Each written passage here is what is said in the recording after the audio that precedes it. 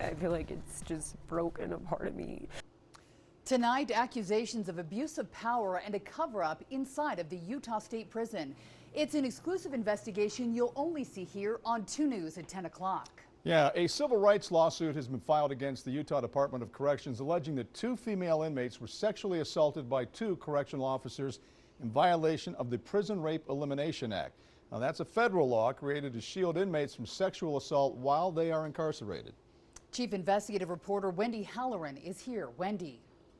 Mark, Heidi, the federal lawsuit alleges the female inmates were subjected to a culture of sexual misconduct where male correctional officers exploited their authority in order to groom and sexually molest female inmates in areas of the prison that are not visible to cameras.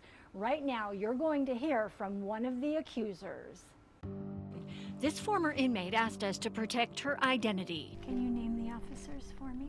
Officer Kilpack, and the other was Tui Pilato. She describes what she calls a coercive relationship. I think I felt like trapped and fearful and helpless. The lawsuit states beginning in February 2025, Officer Spencer Kilpack began sexually assaulting her, including touching her breasts, kissing, digital penetration. It just escalated and kept escalating. Further alleging corrections officer Sione Tuapalatu subjected her and her roommate to repeated sexual assaults, forcing them to perform sex acts on each other while he watched. UDC's denial for surveillance footage revealed camera blind spots. The lawsuit alleges that's where the acts occurred.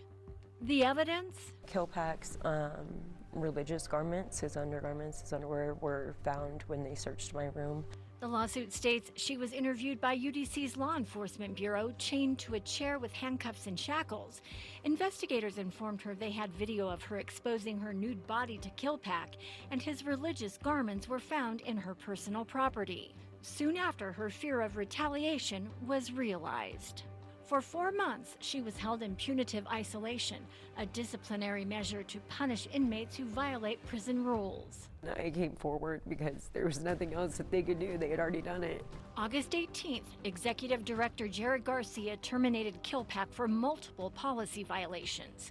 One forbids engaging in sexual or intimate contact with an offender, unlawful conduct, and more. Tuapalatu is suspended with pay. Communications between parole board members and UDC staff yielded a phone call made by parole board member Dan Bakavoy to Doug Fossen, the UDC Prison Rape Elimination Act coordinator, where this inmate was a subject of discussion on October 16th. The call lasted more than 10 minutes. 1 week after that call, UDC sought a special attention review. They were just trying to cover it up and keep me quiet, requesting the parole board release her, a process the board uses when exceptional circumstances exist. Parole board documents show she wasn't eligible for parole. On the same day UDC requested the special attention review, less than 90 minutes later, Chair Blake Hills ordered she be released. Walter Mason is her attorney.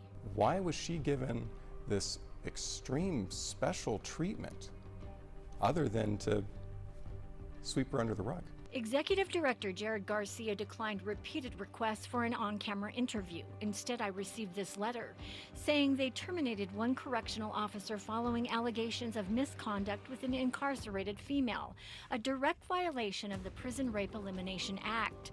Another correctional officer is currently under investigation in a separate case and is suspended with pay. UDC strongly disputes many of the details contained in the complaint and maintains a zero-tolerance policy for sexual misconduct. I asked if complaints made were ignored. UDC offers accessible and confidential reporting channels to all incarcerated individuals and staff to ensure any sexual misconduct allegations are reported and addressed promptly and appropriately. The letter says an independent investigation into those allegations is currently being conducted by an outside agency and remains ongoing. I have confirmed that agency is the State Bureau of Investigation. I spoke with Spencer Kilpack. I asked him for an on-camera interview to discuss the accusations. He said, "I am not interested in any interviews." I called Sione Tuapalatu and was hung up on. I also emailed him but received no response. The AG's office has accepted service of the lawsuit for the defendants. Mark and Heidi, back to you.